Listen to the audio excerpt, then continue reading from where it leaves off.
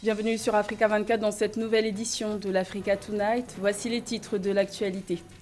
Cap vers les premières élections régionales au Cameroun. La campagne électorale a débuté le 21 novembre dans 10 régions du pays. Nous verrons comment se préparent ces scrutins dans la localité de Ngoumou, dans la province du Centre, considérée comme un bastion du parti au pouvoir. Le Togo se dote d'une nouvelle politique nationale de sécurité, une initiative qui vise à renforcer la sécurité sur les routes togolaises en réduisant d'au moins 50% les accidents et la mortalité consécutive. Et les organisations de la société civile du Burkina Faso attirent l'attention des dirigeants sur l'urgence de la révision du Code des personnes et de la famille. La coalition nationale contre le mariage d'enfants au Burkina Faso plaide pour la légalisation à 18 ans de l'âge du mariage. Mais tout d'abord, au Zimbabwe, une mine d'or désaffectée s'est effondrée le 25 novembre dans la ville de Bindura, ville située à environ 70 km au nord de la capitale Harare. Au moins 40 mineurs illégaux auraient été pris au piège et se seraient trouvés emprisonnés sous terre, d'après les propos rapportés par 6 rescapés qui ont pu être secourus et transportés à l'hôpital.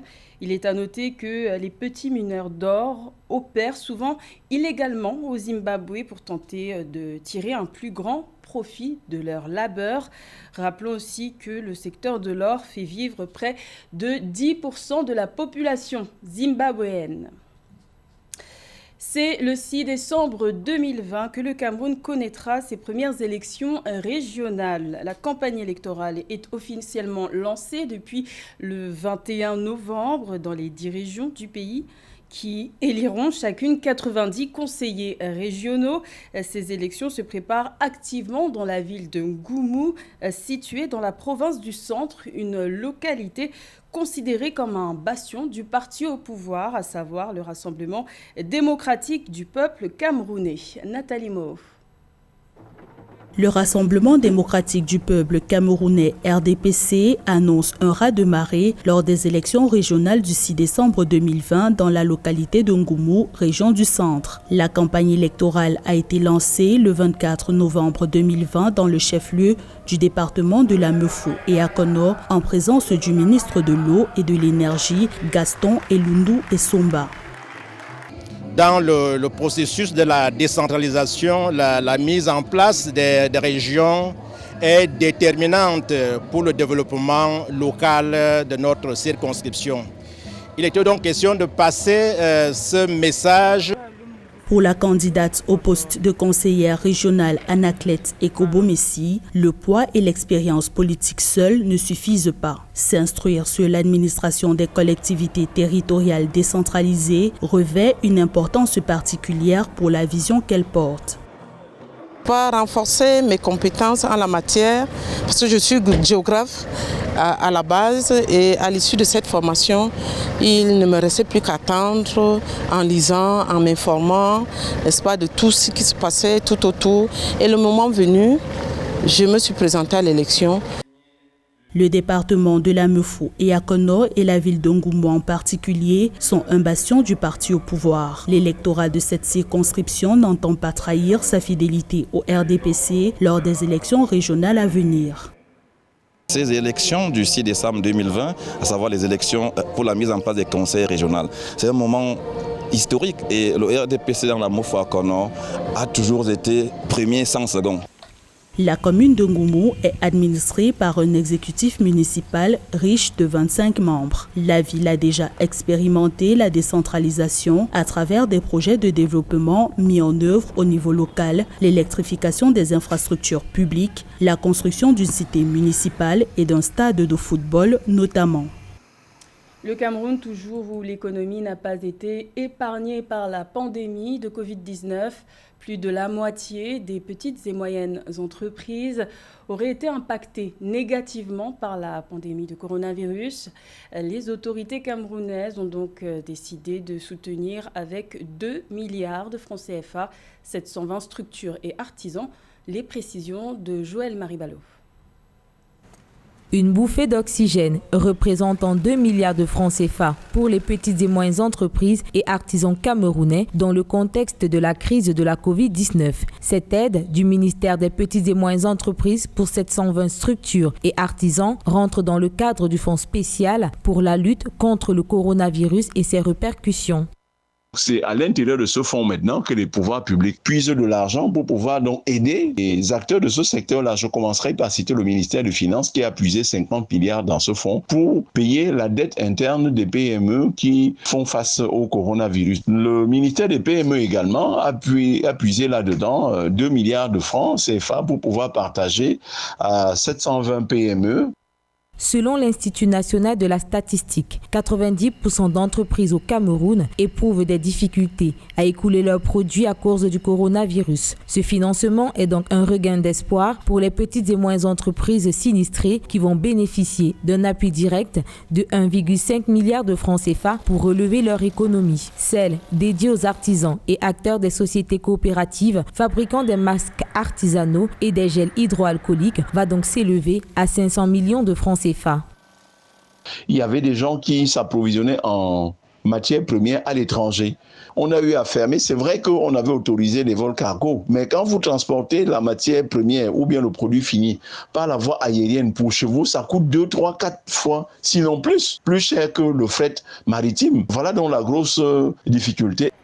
Dans le cadre du programme de résilience économique et financière, plusieurs autres PME locales recevront des appuis par l'entremise d'autres départements ministériels, également bénéficiaires des allocations du Fonds national de solidarité pour la lutte contre le coronavirus. Pour rappel, l'enveloppe globale de ces appuis financiers est estimée à 32,7 milliards de francs CFA. 2600, c'est le nombre d'accidents de la route recensés au Togo au premier semestre 2020, un chiffre conséquent qui a conduit les autorités togolaises à adopter une nouvelle politique nationale de sécurité routière. En somme, ce plan d'action prioritaire a pour but de réduire les accidents de la route d'au moins 50% d'ici 2 ans. Plus de détails avec Marie-Raphaël Antolo. Le gouvernement togolais, réuni en Conseil des ministres mercredi 18 novembre 2020, a adopté le projet de décret portant sur la politique nationale de la sécurité routière. Au cours de ce conseil, les autorités ont approuvé une politique structurée autour de 5 piliers: management, infrastructure, qualité des véhicules, usagers et secours, afin de réduire d'au moins 50% le taux de mortalité lié aux accidents routiers. Les mesures visant à réduire les accidents de la route au Togo sont principalement de 4 ordres. Le premier ordre, c'est de renforcer la qualité de formation des opérateurs et des conducteurs routiers. Il faut améliorer la compétence des auto-écoles et autres. La deuxième mesure serait de sensibiliser l'opinion sur les risques encourus lors d'une conduite en état d'ébriété ou lorsque la conduite se fait sans respecter les règles élémentaires du code de la route. Au premier semestre 2020, le pays a enregistré 2627 accidents routiers pour 241 décès et 3734 blessés. Selon le ministre des Transports, 68% de ces victimes sont dues aux accidents causés par les engins à 2 roues, les principales causes restant les mêmes: excès de vitesse, non-respect des feux de signalisation, conduite en état d'ébriété, refus de priorité, dépassement défectueux, défaut de maîtrise ou encore le stationnement sans signalisation. Une campagne de sensibilisation qui intègre la formation au niveau des auto-écoles et qui intègre la formation des enfants dans les écoles serait très approprié pour imprégner le gouvernement et sensibiliser toutes les parties prenantes les usagers de la route sur l'importance de lutter collectivement contre les accidents de la route. C'est-à-dire de prendre des précautions au départ sur la qualité de la route, sur la qualité de la conduite, sur l'état du conducteur et sur le respect du code de la route. Dans le cadre d'un plan d'action prioritaire, le gouvernement s'est engagé à mobiliser 3,14 milliards de francs CFA sur une période de 2 ans, représentant la phase d'urgence. Notons que la recrudescence des accidents de la route au Togo a fait plus de 2600 victimes au premier semestre 2020. Au Burkina Faso, les organisations de la société civile alertent sur l'urgence de la révision du Code des personnes et de la famille. La coalition nationale contre le mariage d'enfants au Burkina Faso a récemment animé une conférence de presse afin de plaider pour la légalisation de l'âge du mariage à 18 ans contre 17 ans actuellement, voire même 15 ans dans certains cas. Les explications de Amenej. Le Burkina Faso fait partie des 12 pays qui autorisent le mariage des enfants avec consentement parental. Des organisations de la société civile plaident à cet effet pour la légalisation de l'âge à 18 ans. S'engager dans un foyer implique plusieurs autres aspects dont il faut tenir compte. La jeune fille à cet âge n'est pas psychologiquement, physiquement, émotionnellement, même socialement préparée pour un éventuel mariage. 18 ans constitue l'âge où elle vient juste déterminer son enfance, une étape importante pour elle, parce que c'est maintenant qu'elle va rentrer dans l'âge adulte. Et c'est là où vraiment elle pourra librement décider de ce qu'elle fait de sa vie, si elle se marie ou si elle ne se marie pas. Largement reconnue comme une pratique socio-culturelle néfaste, à la fois cause et résultat de violation des droits de la personne humaine, le mariage des enfants, selon le code actuel au Burkina, stipule que la jeune fille peut se marier à l'âge de 17 ans, avec même la possibilité de le faire à 15 ans dans certaines circonstances, sur autorisation du juge. Et c'est là où il y a un problème. Question d'inégalité, 20 ans pour les jeunes garçons, 17 ans pour la jeune fille, dans une disposition de dérogation. Les droits de la jeune fille sont lésés parce qu'on lui vole son enfance. Cette jeune fille, à 18 ans, n'a pas son corps totalement prêt pour supporter par exemple une grossesse, parce qu'elle risque d'avoir des complications liées à l'accouchement telles que les fistules obstétricales. 18 ans comme âge minimum, pour nous, c'est d'avoir des instruments juridiques qui permettent à tous les acteurs qui travaillent dans la défense des droits des enfants d'éliminer toutes ces formes de violence-là qui sont basées sur les genres.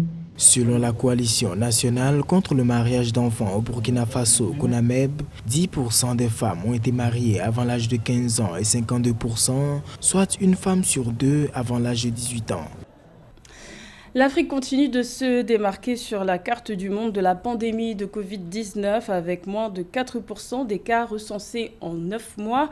Les avancées pour la production d'un vaccin sont considérables, mais une seconde vague de contamination risque tout de même de déferler sur une poignée de pays avant la mise à disposition d'un remède, raison pour laquelle l'Organisation mondiale de la santé s'est lancée le 26 novembre dans une campagne de sensibilisation à l'endroit des pays africains. Mildred Diamou. Alors que l'Afrique connaît une deuxième vague de propagation de la pandémie de Covid-19, les institutions de la santé publique appellent à renforcer la préparation des vaccins contre la pandémie. Au cours de son briefing du 26 novembre 2020, l'Organisation mondiale de la santé a sollicité une nouvelle mobilisation dans l'intensification des mesures préventives, surtout à l'approche des fêtes de fin d'année. Il est important pour les pays africains de pouvoir décider quels sont les vaccins qui seront les plus appropriés pour leur environnement. À savoir que nous avons des environnements qui pour la plupart sont chauds, dans lesquels il est difficile d'utiliser des vaccins qui doivent être conservés en chaîne froide, c'est-à-dire des températures en dessous de moins 70, moins 80 degrés. Donc c'est des défis logistiques importants. L'Organisation mondiale de la santé a souligné la nécessité d'assurer l'efficacité des vaccins anti-Covid-19 qui sont prévus pour être livrés au cours des prochains mois. Les études sur l'efficacité de ces vaccins révèlent une amélioration significative de 60% à 90% d'après les données de l'institution. L'Organisation mondiale de la santé a précisé que ces vaccins vont renforcer en particulier la protection des agents sanitaires en vue de prévenir une troisième vague de propagation. Il faut véritablement définir qui sont les personnes qui sont les plus à risque d'avoir des formes sévères et de décéder de cette pathologie afin qu'ils soient prioritaires. Donc une fois qu'on a défini par les priorités dans notre population, qu'on les a recensées, ça permet de pouvoir évaluer la quantité de doses minimum ou je vais dire essentielle pour notre population. Ensuite, maintenant, on pourra y aller par vague et définir lesquelles parties de la population pourront avoir accès à ces vaccins. D'ici fin 2021, l'Organisation mondiale de la santé prévoit d'approvisionner 20% de la population africaine en vaccins anti-Covid-19. Avec des progrès significatifs réalisés sur le continent africain contre la pandémie, les experts sanitaires estiment qu'il est prudent d'organiser des campagnes de vaccination et de participer aux essais cliniques. L'Afrique compte désormais plus de 55 millions de personnes touchées par la maladie.